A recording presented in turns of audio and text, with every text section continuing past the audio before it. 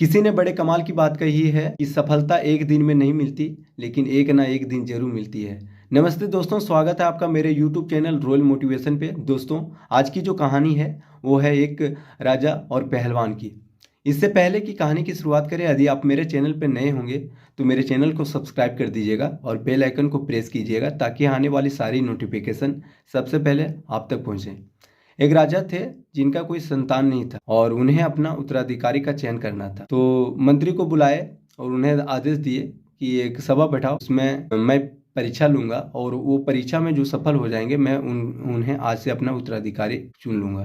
तो मंत्री सबको आमंत्रित किए और सभा बैठी और सभा में अपना जो परीक्षा है राजा जी प्रस्तुत किए कि एक भैंस है और वो भैंस को जो अपने कंधे पे उठा लिया, मैं उन्हें आज से अपना उत्तराधिकारी को चुन लूँगा।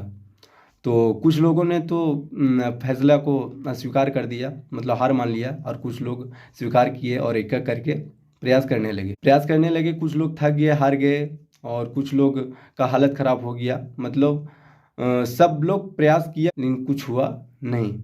उसमें से एक पहलवान थे, उन्होंने भी उस फैसला को, चुनौती को स्वीकार किया और राजा जी को बोले कि राजा जी, मैं ये भैंस को ना सिर्फ कंधे पे उठाऊंगा बल्कि राज्य के पूरे एक चक्कर भी लगाऊंगा, बस मुझे कुछ समय चाहिए। राजा जी बोले, कितना समय चाहिए? उन्होंने कहा कि मुझे 2 साल 11 महीने का समय चाहिए। बोले ठीक है, कोई बात नहीं। ठीक 2 साल 11 महीने की बाद फिर एक सभा बैठी और उसमें राजा जी सबको बुलाए। अब वो पहलवान जो थे, जैसा बोले थे, वो कंधे पे उठाए भैंस को और पूरे राज्य का एक चक्कर लगा दिए और ला करके भैंस को रख दिया। अब सारे लोग चौंकाचौंध हो गए, आश्चर्यचकित। राजा आश्चर्य हो गए कि ये कैसे हो गया, मतलब असंभव को संभव बना दिए। जो भैंस किसी से हिली नहीं, उसने ना सिर्फ ये कंधे पे उठाया बल्कि पूरे राज्य के एक चक्कर भी लगाया।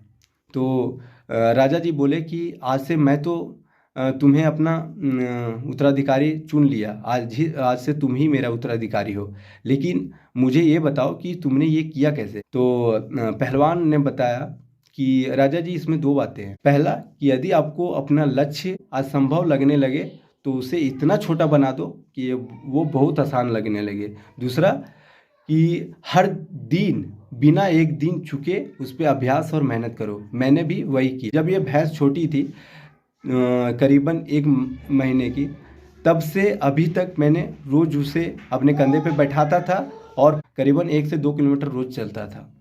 और धीरे धीरे जैसे उनकी वज़न बढ़ती गई वैसे ही मेरी शक्तियाँ भी बढ़ती गई और आज मैंने ये कमाल करके दिखाया। एक छोटी सी कहानी जो हमें सिखाती है कि ज़िंदगी में कभी हमें कोई भी चीज़ को असंभव नहीं मानना चाहिए, उसे हार नहीं मानना चाहिए।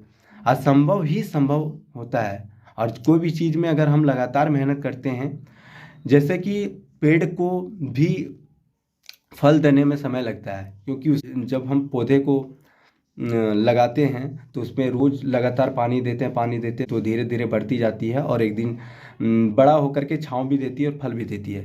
तो सफलता बलिदान मांगती है दोस्त, और समय मांगती है।